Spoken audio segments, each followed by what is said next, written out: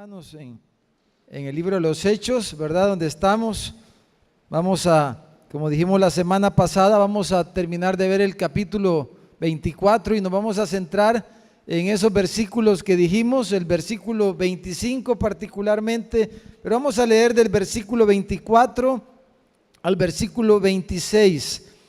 Y nuestro tema, como va a aparecer ahí en la pantalla, nuestro tema es... Hemos estado hablando del Evangelio, ¿verdad? Estos días miércoles aquí en el libro de los Hechos, porque de eso se trata el libro de los Hechos, de cómo el Evangelio se llevó desde Jerusalén hasta lo último de la tierra de aquellos días, hasta Roma y más allá de España, como dijo Pablo, donde él quería ir. Cómo el Evangelio se llevó en Jerusalén, cómo se llevó a Judea, a Samaria y hasta lo último de la tierra. Y vamos a hablar esta noche, hermanos, en estos versículos de que el Evangelio es un mensaje, ¿verdad? El Evangelio es la proclamación, es el mensaje, el Evangelio. Ese mensaje siempre es apropiado, hermanos, siempre es apropiado. El mensaje del Evangelio siempre es apropiado. El mensaje del Evangelio siempre es apropiado para nosotros y siempre es apropiado para que lo hablemos en cualquier lugar, en cualquier circunstancia en la que nos encontremos. Pablo aquí nos encontraba en la mejor circunstancia, ¿verdad? Estaba preso y está aquí delante de Félix, el gobernador de Judea. Versículo 24. Dice que algunos días después ya Pablo, los judíos lo habían acusado delante de Félix, lo vimos la semana pasada, ¿verdad? Pablo se había defendido y vimos, hermanos, cómo es la justicia de este mundo, ¿verdad? Y por qué el Evangelio es la única esperanza para este mundo, porque aquí no hay justicia en este mundo, ¿verdad? Entonces ya Félix había sido acusado, Pablo delante de Félix, Pablo se había defendido. Y estaba preso Pablo. Y dice que días después lo volvió a llamar. Dice, viniendo Félix con Drusila su mujer, y dice que esta mujer era judía, llamó a Pablo, dice, y le oyó acerca de la fe en Jesucristo. Le dijeron que les predicara. Imagínense qué oportunidad.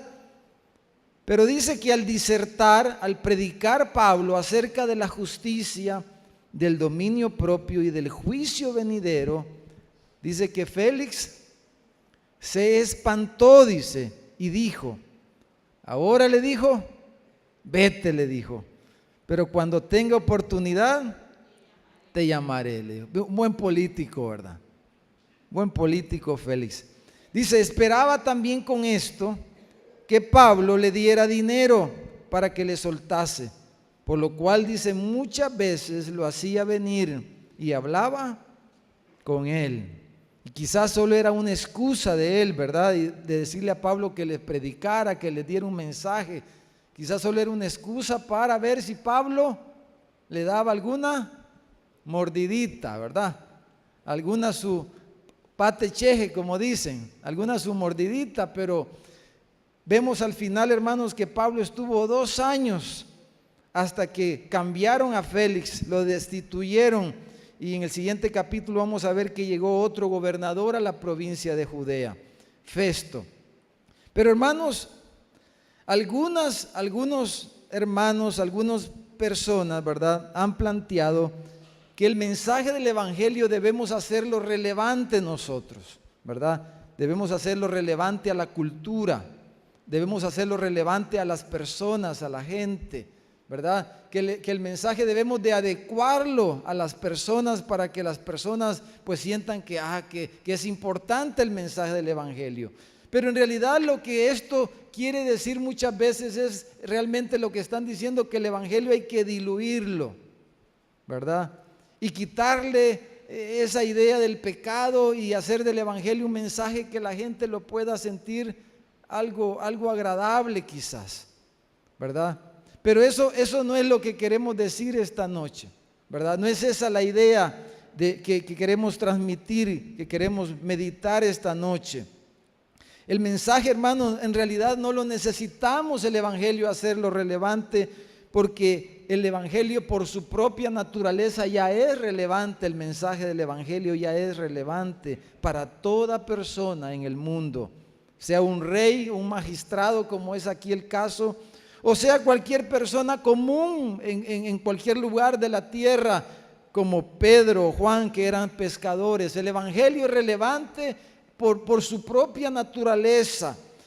El Evangelio, hermanos, siempre tiene que decir algo en cualquier lugar y a cualquier persona. Siempre es apropiado, siempre es oportuno, siempre es necesario el Evangelio. Y hermanos, el Evangelio siempre tiene la capacidad, si predicamos el Evangelio, si enseñamos el Evangelio, siempre tendrá la capacidad de llegar a la conciencia de cualquier ser humano, de cualquier persona, aún en los tribunales de justicia, como en este caso que estamos aquí. Hermanos, cuando comprendemos esto, entonces entendemos, ¿verdad?, a grandes hombres de la historia de la iglesia, y quizás nos va a ocurrir, por ejemplo, como John Bunyan, ¿verdad? John Bunyan fue el que escribió la historia del peregrino, y John Bunyan estuvo, de hecho escribió esa historia, ¿verdad?, que es una analogía de la fe cristiana, de la vida cristiana. Y Juan Bunyan escribió esa historia estando preso, estuvo varios años preso. Y estando preso, Juan Bunyan dijo esta frase en una oportunidad.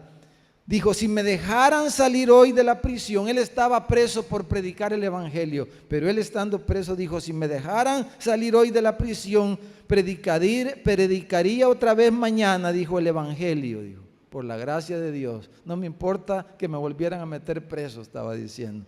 Yo mañana mismo volvería a predicar el Evangelio. Dijo: no es más que eso, o sea, la gracia de Dios la que me impulsa, quería decir él, pues lo predico en la prisión o lo proclamo, dijo Juan Bunyan, delante de los jueces, de sus jueces. Entonces, Pablo, hermanos, está aquí delante de Félix, este gobernador, y así como había proclamado, ¿verdad?, allá delante del concilio, delante de la multitud, cuando él dijo acerca de la resurrección de los muertos: soy juzgado. Porque Pablo, hermanos, sí ocupaba el Evangelio, hermanos, incluye, abarca cualquier área de la vida. Podemos presentar el Evangelio desde cualquier ángulo, desde cualquier necesidad, desde cualquier realidad que una persona puede estar viviendo. Y cuando estaba con los fariseos y los saduceos, él ocupó, ¿verdad?, y predicó el Evangelio partiendo de la resurrección de los muertos. Pues aquí pasa, dijéramos, algo similar aquí en este momento. Aquí él no habla de la resurrección de los muertos, sino que ¿cuál es el tema de la predicación en esta ocasión, hermano? Él habla de tres cosas: la justicia, el dominio propio y el juicio venidero. ¿Por qué Pablo habla de estos temas? Aunque está de por medio su vida o su muerte, ¿verdad?, delante del gobernador. Pero Pablo, hermanos, llega ahí ante Félix y en vez de seguirse defendiendo o de suplicar su liberación, suplicar misericordia, él no desaprovecha la ocasión. ¿Para qué, hermanos? Para predicar el Evangelio. Y usted y yo deberíamos de hacer lo mismo. No deberíamos de desaprovechar ninguna ocasión. ¿Para qué, hermanos? Para predicar el Evangelio, para anunciar el Evangelio, para hablar de las maravillas del Evangelio. Ahora, aquí, hermanos, tenemos que aprender algo, y es que debemos anunciar el Evangelio a partir de un tema que sea adecuado al momento en el que estamos. Y Pablo habla de la justicia, comienza a hablar del Evangelio hablando de la justicia porque está en un tribunal de justicia. Está delante de un juez, está delante de un gobernador ahí, está delante de Félix y está siendo juzgado por las acusaciones de los judíos.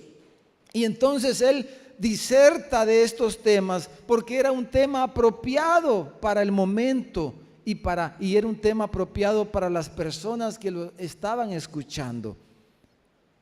Ahora, hablando de la justicia, hermanos, en Mateo, en el capítulo 5, Jesús dijo algo acerca de la justicia. Aquí la justicia se refiere, hermanos, a nuestras acciones. Pablo habla de las acciones de las personas. Cuando dice que habló de la justicia, se está refiriendo a las acciones de las personas. Y todos sabemos, hermanos, que uno de los mayores reclamos de las personas, de los jóvenes, hoy en nuestro país hay marchas, están reclamando esto, están reclamando lo otro en este ministerio, en el otro ministerio, y siempre el punto central de todas estas cosas es la injusticia, ¿no es cierto? Y los jóvenes, cuando comienzan a crecer y empiezan a pensar y analizar las cosas, siempre los jóvenes dicen que una de las palabras preferidas de los jóvenes es ¿qué? Qué injusto. Así, ¿verdad? Han oído a sus hijos. Cuando ya van creciendo, empiezan a decir, qué injusto, dicen. Qué injusto, qué injusto, qué injusto, qué injusto. Entonces, la justicia es un tema importante. Eso tiene que ver con nuestras acciones. Y mire lo que Jesús dice. Voy a leer Mateo 5:18. Él dijo, hasta que el cielo y la tierra pasen, ni una jota ni una tilde pasará de la ley hasta que todo se haya cumplido, dijo. De manera, dijo, que cualquiera que quebrante uno de estos mandamientos muy pequeños, y así enseña a los hombres, muy pequeño será llamado en el reino de los cielos. Mas cualquiera que lo haga y los enseñe, dice, este será llamado grande en el reino de los cielos. Pero dijo esto en el versículo 20, porque os digo, dice, que si vuestra justicia, o sea, vuestras acciones, no fuere mayor que la de los escribas y fariseos, no entraréis en el reino de los cielos. Jesús le dijo eso a sus discípulos, le dijo eso a las personas allí. Hermano, y la justicia, desde un punto de vista, dijéramos, de la religión judía, la justicia de los fariseos, nosotros porque ya tenemos un mal concepto de los fariseos, ¿verdad? Decimos, eso como, pero hermano, la justicia de los fariseos no era un estándar bajo. Para empezar, los fariseos, todo lo que tenían, diezmaban. Yo no sé si usted diezma de todo lo que, los fariseos diezmaban de todo lo que tenían, de todo lo que recibían, diezmaban los fariseos, hasta la menta diezmaban. O sea, la mente de las semillas más pequeñas, imagínense. O sea, eran bien rigurosos en sus diezmos. Era parte de la justicia de los fariseos, de su conducta en base a su creencia de su Dios.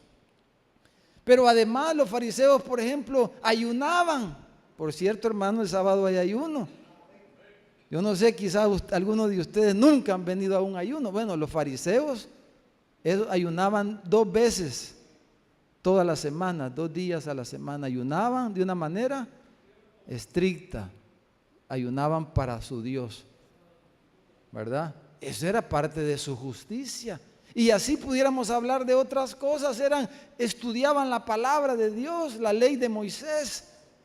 Y todo eso tenía que ver con la justicia de los fariseos. Pero Jesús les pone un estándar realmente difícil, porque Él les dice, si la justicia de ustedes no es mayor que la de los fariseos, ustedes no pueden entrar en el reino de los cielos.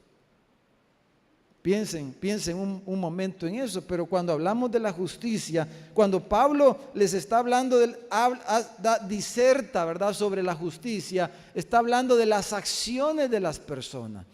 Ahora, primero pensemos en el auditorio, en los oyentes que Pablo tenía allí. Bueno, habían de seguro muchas personas escuchándoles, ¿verdad? Todos los que servían en la corte, a saber quiénes más. Pero Pablo, al dar este mensaje, él tiene en mente, y su mensaje va dirigido especialmente a 2 personas, ¿verdad?, que estaban ahí. ¿Quiénes, hermano?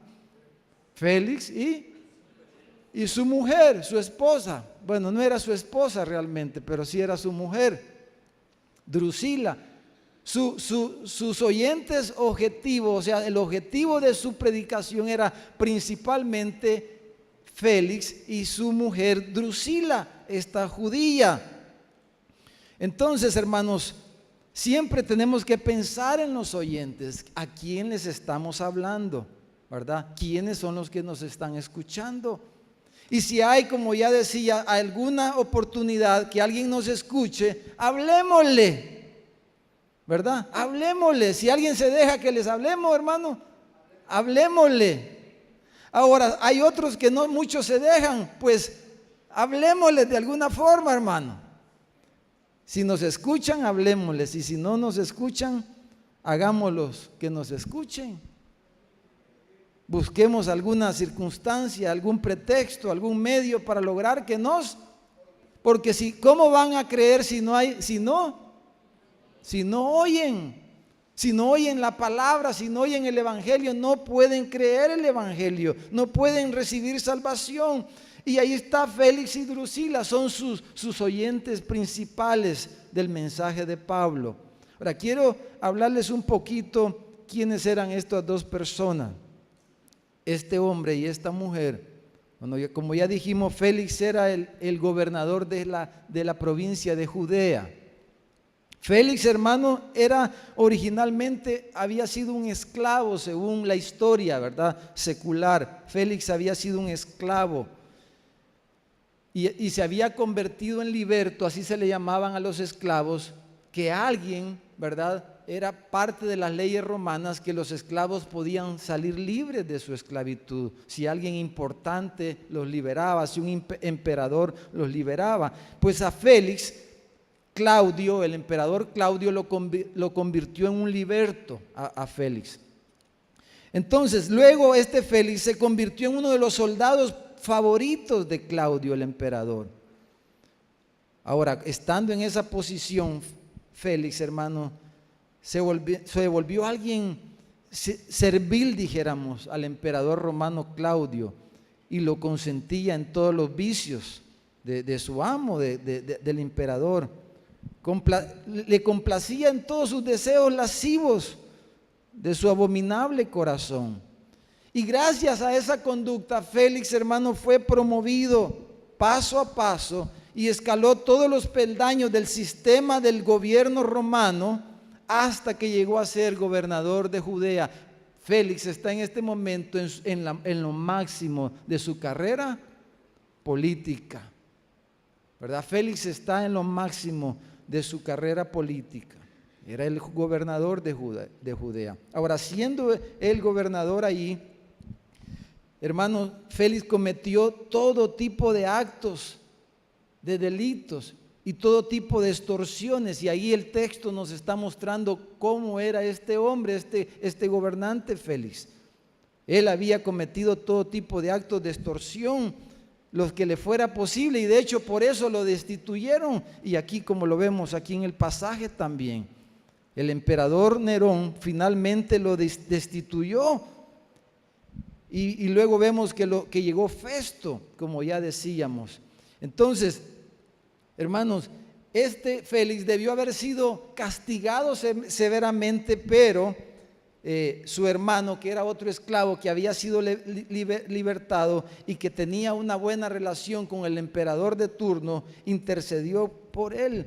Pero el historiador romano Tácito hace este comentario en sus narraciones acerca de Félix, y dice que Félix desempeñaba las funciones imperiales, dice, en Judea, con un alma mercenaria. Así lo describe Tácito, el historiador, a Félix. Era un mercenario, o sea, no perdía oportunidad para sacar, vendía justicia, vendía política, todo lo que pudiera lo vendía, y vendía hasta su alma con tal de sacar algún. Ese era Félix, a quien Pablo le estaba hablando. ¿De qué tema, hermano? De la justicia. Y Drusila, hermano, era la hija de Herodes Agripa el Grande. Drusila, hermanos, era una mujer notable en la época, que todo el mundo conocía por sus encantos. Era una mujer sumamente atractiva, esta mujer. La describen como una mujer voluptuosa, ¿verdad? O sea, no había ojo que pasara desapercibido cuando ella aparecía en el escenario. Drusila, hermano, ¿verdad? Era una mujer sumamente atractiva. Y entonces ella había estado comprometida para matrimonio con Antíoco. Los que conocen un poco la historia saben que este Antíoco fue un gobernador impío, malvado. Ella estuvo comprometido con este hombre, pero que a la muerte de Herodes, este hombre rehusó casarse con ella. Posteriormente ella se casó con un rey, dijéramos, de bajo alcurnia, un rey sirio llamado Asiso de Mesa, el cual, aunque era un pagano, pero había, con tal de conquistarla, de enamorarla, hermano, este emperador, este rey de Siria, había hecho un montón de cosas con relación a la ley judía para congraciarse y poderla ganar. Pero finalmente, antes de que se pudieran casar, Félix la conquistó, ¿verdad? A Drusila. Y en este momento ella vivía con Félix. Era la mujer del lascivo Félix, Drusila. Entonces, ahí tienen un cuadro de qué tipo de personas eran estas. Qué tipo de mujer era Drusila. Entonces, hermanos, podemos ver lo apropiado del tema que Pablo toca. ¿No les parece? Cuando él empieza a hablarles de la justicia, era su punto número 1, fue la justicia. Podemos entender fácilmente por qué el apóstol Pablo les habló del dominio propio, porque para vivir una vida justa se necesita dominio propio, se necesita abstinencia. Sin abstinencia, sin dominio propio, no podemos vivir una vida justa. Y por eso es el segundo punto del mensaje de Pablo a ellos. Y les habla del dominio propio. Imagínense qué tipo de vida llevaban ellos. Y Pablo les está hablando de la justicia y del dominio propio. Hermanos, públicamente Pablo estaba censurando ahí tanto a Félix como a Drusila por la desvergonzada lascivia en la que vivían ellos y toda la gente conocía. Entonces, como tercer punto, hermanos, ¿verdad? Podemos imaginar cuán sorprendentemente era preciso, ¿verdad?, hablar del juicio venidero. Porque si una persona no vive una vida justa porque no tiene dominio propio, ¿a qué se va a enfrentar esa persona en el futuro? Al juicio de Dios, al juicio venidero. Y Pablo les presenta de esta manera el evangelio. Entonces Pablo dirige sus palabras a Félix tocante a la justicia y cómo iban a traer estas palabras, hermanos, iban a traer a la mente de Félix, iban a traer recuerdos, le iban a hacer ver qué tipo de hombre era él.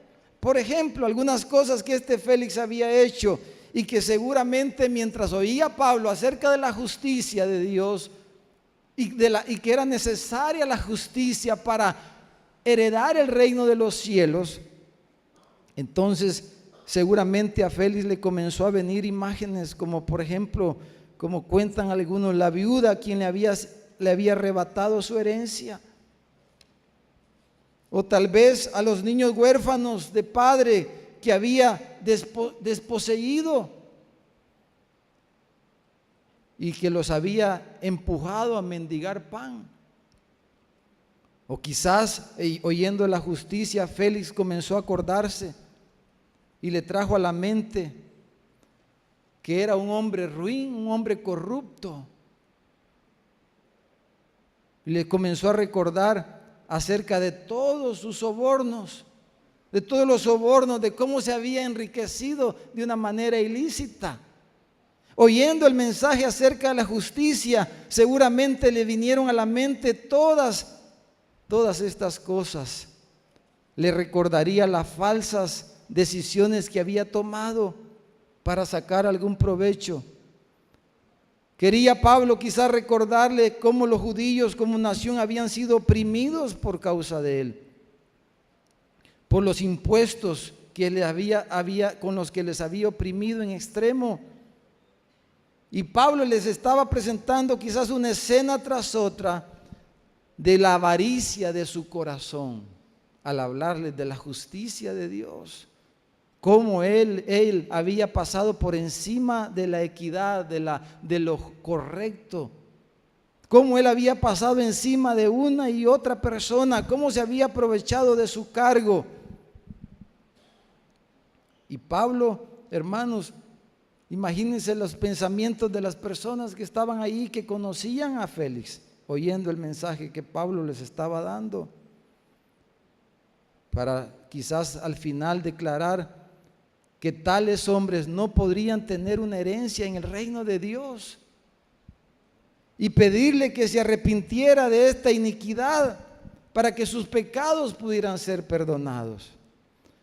Ahora quizás podemos pensar un poco que Pablo ve a Drusila, ¿verdad?, ahí sentada, y en su mensaje acerca de la justicia le estaba recordando a ella cómo ella había perdido todo aquello por lo que una mujer debe de vivir. ¿Qué tipo de mujer era ella? Había usado sus encantos, su belleza, para lograr darle gusto a su corazón. Se había entregado a un hombre y a otro hombre para llevar una vida cómoda y una vida de lujos y de comodidades. Y al oír de la justicia de Dios, ella estaba siendo descubierta en estas cosas. Y Pablo, al hablar de la justicia, le estaba recordando por lo que una mujer debe de vivir, debe de pelear: el decoro, el pudor, el valor de ser una esposa, de ser una madre. Cosas que obviamente ella carecía totalmente. Ahora, luego les recordaría a ambos que los adúlteros, como dice la primera carta a los Corintios en el capítulo 10, que los adúlteros, los fornicarios y las personas inmundas no tienen una herencia en el reino de Dios. Y entonces introdujo el tema del juicio venidero. Y los colocó entonces Pablo, a través de su mensaje, los colocó y los puso delante del gran trono blanco, de los libros abiertos, del libro de la vida.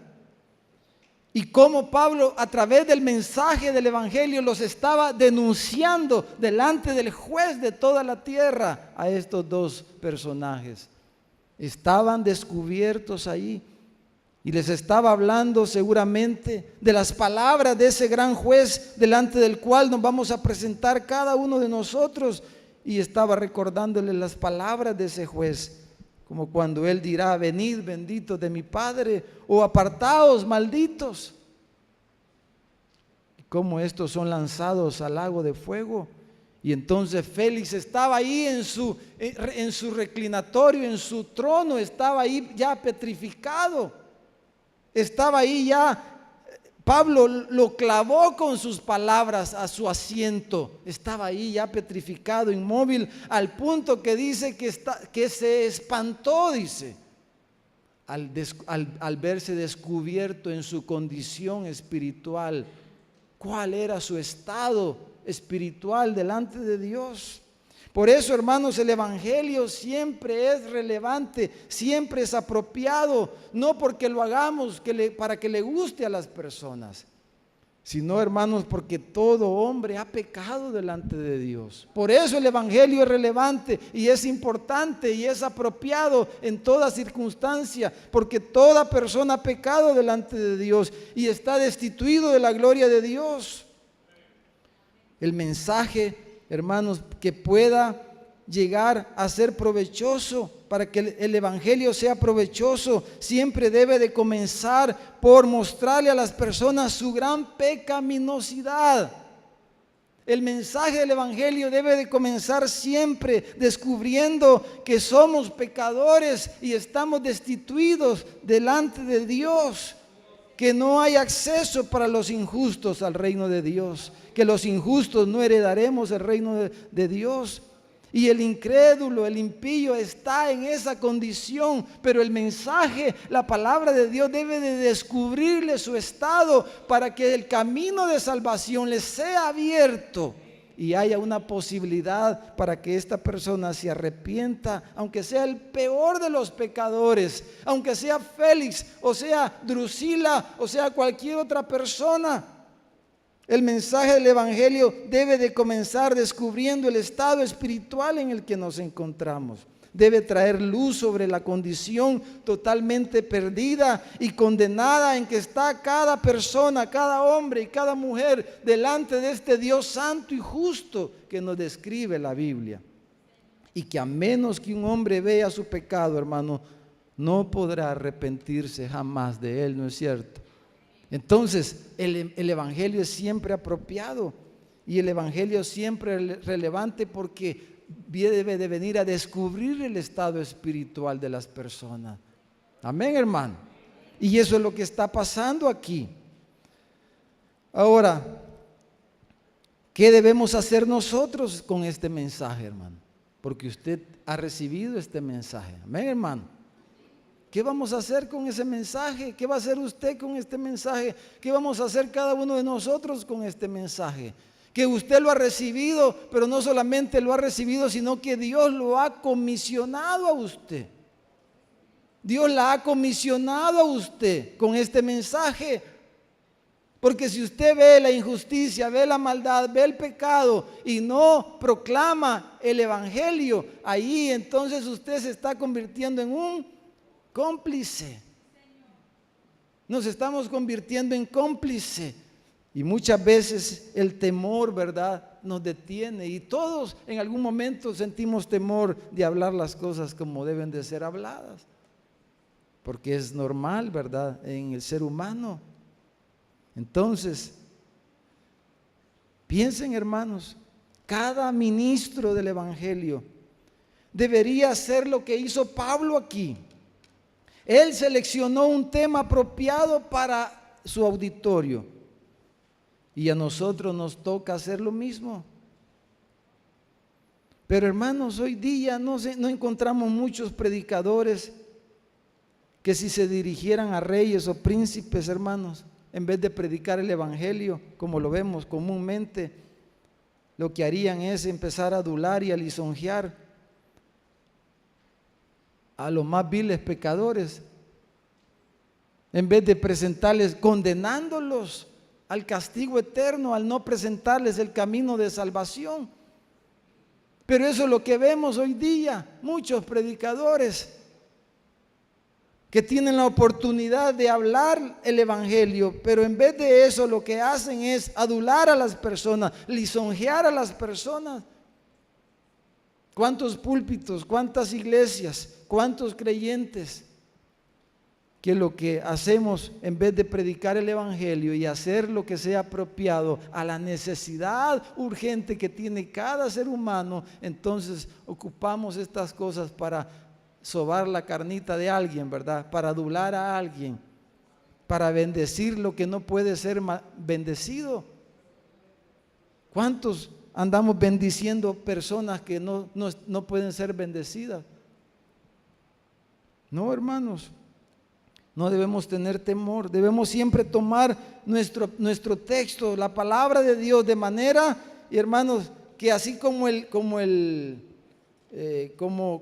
arquero, ¿verdad?, toma la flecha y debemos apuntarla directo al corazón de la persona para darle vida, para traerle vida. Debemos hacerlo con amor, sí, pero claramente. Debemos admirar hombres como John Knox, no sé si han leído acerca de él. John Knox fue uno de los reformadores en el siglo XVI. Él fue uno de los reformadores en Escocia, ¿verdad? Durante la Reforma, acuérdense que los países se movieron del catolicismo, del gobierno del Papa, se rebelaron al Papa y dejaron el catolicismo y dejaron de servir al Papa y reformaron su fe cristiana. Y Juan Knox fue el reformador en Escocia. Y la reina de Escocia, la reina María, en ese momento, hermano, esa reina, ella no quería dejar al Papa. Y Juan Knox tuvo la oportunidad lo mandó a llamar ella, por las cosas que él predicaba y por las cosas que él hablaba. Y fíjese que no se le doblaron las piernitas a Juan Knox. Si no, usted puede buscar y puede leer un poco de todas las cosas que él le dijo, pero ella había sido una gran pecadora como todos, hermano. Y Juan Knox, hermanos, en su propia cara, so pena de muerte, ¿verdad?, le habló a la reina claramente cuál era la condición de ella y le predicó el evangelio tal como debía ser predicado. Debemos admirar a hombres como Juan el Bautista, hermano, y debemos de inspirarnos en estos ejemplos para nosotros no tener temor. Tenemos temor de una mala mirada, tenemos temor de que alguien nos menosprecie porque nos amamos tanto, ¿verdad? Nos compadecemos tanto de nosotros mismos, tenemos temor hasta que nos vean orar ahí en la Pizza Hut. Tenemos temor de llevar nuestra Biblia aquí bajo el brazo porque hay a saber qué va a decir la gente de nosotros. Y ya no digamos hablarle a las personas. Pero hermanos, debemos inspirarnos en hombres como estos, en mujeres que predicaron el evangelio como debía de ser predicado. Debemos de admirar a Juan el Bautista, quien exhortó al rey Herodes, ¿verdad? Porque Herodes estaba viviendo con la mujer, con su cuñada, con la mujer de su hermano Felipe. Le había quitado la mujer a su propio hermano, el rey Herodes. Y Juan el Bautista fue y se lo dijo: no te es lícito, le dijo, tener a la mujer de tu hermano. ¿Qué le costó a Juan eso, hermano? La cabeza, la vida. La cabeza la pusieron en una bandeja de plata. Dice, qué pena, dirá alguien, cómo terminó Juan, ¿verdad? Qué pena. Sí, pero Jesús dijo de Juan el Bautista que no había habido un profeta más grande que Juan el Bautista. No había habido otro, dijo, más grande que Juan el Bautista. Ahora quiero que me acompañen aquí a Ezequiel, hermanos, capítulo 33. Y vamos a leer unos versículos aquí para ya ir a la conclusión. Dios, hermanos, nos ha dado este mensaje a nosotros. Le ha dado este mensaje a usted. ¿Qué va a decir usted cuando usted se presente delante del Señor y le diga, ¿qué hiciste con el mensaje? ¿Qué hiciste con el talento que te di? ¿Qué hiciste con él? Le vamos a decir, Señor, tuve miedo y lo escondí, Señor. Lo escondí. No queremos ser de esa parte, de esos que le dirán, tuve temor, Señor. No. Mire lo que dijo el profeta Ezequiel, capítulo 33, versículo 1. Dice, vino a mí palabra de Jehová diciendo, hijo de hombre, habla a los hijos de tu pueblo y diles, cuando trajere yo espada sobre la tierra y el pueblo de la tierra tomare un hombre de su territorio y lo pusiere por atalaya, y él viere venir la espada sobre la tierra y tocare trompeta y avisare al pueblo, cualquiera que oyere el sonido de la trompeta y no se apercibiere y viniendo la espada lo hiriere, su sangre será sobre su cabeza, sobre el que no se apercibió, dice. El sonido de la trompeta oyó y no se apercibió, su sangre será sobre él. Mas el que se apercibiere librará su vida. Pero dice, si el atalaya viere venir la espada y no tocare la trompeta, y el pueblo no se apercibiere y viniendo la espada hiriere de él a alguno, este fue tomado por causa de su pecado. Pero demandaré su sangre de mano del atalaya por no hacer su trabajo, por no hacer su función que le he dado. A ti pues, hijo de hombre, te he puesto por atalaya a la casa de Israel. Le estaba diciendo a él, Ezequiel, te he dado un mensaje, Ezequiel. Tú eres el atalaya de mi pueblo. Le voy a hablar a este pueblo solamente a través de ti. No le voy a hablar a este pueblo a través de otro. A través de ti, Ezequiel, le voy a hablar a este pueblo. Y si tú no hablas lo que yo te estoy diciendo que hables porque tienes miedo por cualquier motivo, entonces tú me vas a dar cuentas a mí. La sangre de esas cabezas van a ser sobre ti, Ezequiel. Pero dice, y oirás las palabras de mi boca y los amonestarás de mi parte. Hermanos, tenemos que hablar, hermano. Si no, las piedras van a hablar, dice la Escritura. Tenemos que hablar, pero el Evangelio, no historietas de la Biblia, no cuentos de la iglesia. Tenemos que hablarle a la gente el Evangelio, que están perdidos en sus delitos y pecados, pero que Dios de tal manera nos ha amado que nos ha dado a su Hijo, y que aquel que cree en Él, que se arrepiente de sus pecados, que se convierte, recibirá salvación y vida eterna. Que Dios nos está dando esa oportunidad a todos los que vivimos aún. Ahora, terminando, hermanos, vemos el final del mensaje, ¿verdad? Ellos dicen que callaron ya a Pablo y le dijeron, ya Pablito, basta ya. Estaban con los pelos así, ¿verdad? De punta. Y le dijeron, otro día te vamos a escuchar, pero ahorita ya estuvo, ya no termines el tercer punto porque eso del juicio venidero está serio. Hay otro día te vamos a escuchar, amplía el mensaje y otro día te llamo, Pablo, le dijo Félix. Hermanos, algunos como estos oyentes, después de escuchar la palabra, a pesar de haber sido fuertemente conmovidos, esa conmoción no es suficiente para producir fe, arrepentimiento y salvación. Quizás pueda pasar así con las personas, ¿verdad? Como este caso. Puede ser que la palabra los confronte, los descubra, pero aún así la persona rechace el Evangelio, rechace la verdad del Evangelio. No quiera, porque no quiere cambiar, no quiere. Como dice Pedro, ¿verdad? En la primera de Pedro, capítulo 2, dice, para ustedes, pues los que creen, Él es precioso, dice.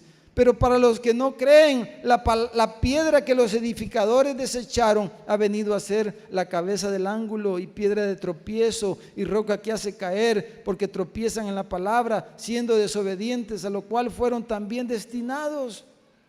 Hermanos, Dios quiera que no sea el caso de ninguno de los que estamos aquí. Hermanos, de verdad, quiera Dios que ninguno de los que estamos aquí sea el caso nuestro que oímos la palabra de Dios, pero nuestras vidas no cambian. Seguimos iguales, seguimos en lo mismo, seguimos en nuestra misma vida secreta, en nuestros mismos pecados, en nuestro mismo estilo de vida como ellos siguieron. Y tropezamos en la palabra en vez de ser quebrantados por la palabra y que sean cambiadas nuestras vidas. Quiere el Señor que ninguno de los que estamos aquí esta noche sea el caso. Por eso vamos a orar, ¿verdad? Vamos a pedirle al Señor, porque quizás haya alguien aquí esta noche que pueda decir, yo necesito de verdad que mi vida cambie. Necesito de verdad que mi vida sea tomada por el poder de Dios. Necesito rendir mi vida a Cristo. Y que no salgamos de aquí, ¿verdad? Habiendo escuchado el mensaje y habiendo escuchado a saber cuántos mensajes, y salir de aquí esta noche y mañana al amanecer y hacer lo que normalmente hacemos, sigamos nuestra vida igual, como que no hemos escuchado, ¿verdad?, el mensaje y no hemos rendido nuestros corazones a los pies de Cristo. Pero el Señor nos llama a cada uno. Los demás que ya por la gracia de Dios un día el Señor tomó nuestras vidas y Él, hermanos, está en nosotros. Y hermanos, qué desafío tenemos, hermanos. La razón principal por la que Él nos da hálito de vida, nos da aliento de vida, hermano, es para que le hablemos a la gente, para que hagamos la obra de Él, para que cumplamos la gran comisión, para que llevemos la palabra de esperanza a ese amigo, a esa amiga, que esa sangre de esas personas, el Señor nos la va a demandar. Quizás van a haber personas que no le pudo haber hablado otro, que solo usted podía hablarle, y usted si no lo hace. Pero el Señor nos da esa oportunidad también de servirle, de hacer su trabajo. Digámosle esta noche: Señor, dame fuerza, quita toda inhibición, quita todo temor, Señor, dame gracia. Dame gracia. No estamos hablando de ser groseros con las personas. No, se trata de presentar la palabra a la necesidad que tiene. La necesidad que tenían ellos era ver que eran unos grandes injustos. Por eso Pablo les habló de la justicia, porque día a día quebrantaban las leyes, quebrantaban la justicia, no solamente de Dios, la justicia de esta tierra también. Eran injustos totalmente. Pero ¿a qué se debía su injusticia y que no podían caminar en justicia? Porque no tenían dominio sobre su naturaleza de pecado. Porque ese es el problema de las personas. No tienen poder, no tienen capacidad de abandonar sus pecados, sus concupiscencias. Están completamente esclavizados a sus deseos, a sus concupiscencias. No tienen dominio propio, no tienen capacidad de abandonar el pecado. ¿Por qué? Porque no tienen a Dios, porque no tienen el Espíritu Santo. Necesitan al Señor en sus corazones para poder enfrentar el juicio venidero, ¿verdad? Y que cuando nos presentemos delante de ese trono blanco, su nombre y mi nombre estén inscritos en el libro de la vida, ¿verdad? Y entonces no vamos a ser juzgados por nuestras obras, sino que vamos a ser juzgados por la sangre del Cordero que nos limpió, que nos perdonó y que nos hizo el Señor nuevas criaturas. Vamos a orar. Padre, en el nombre de Jesús, te damos gracias, Señor, esta noche. Oh Dios del cielo, glorioso Señor.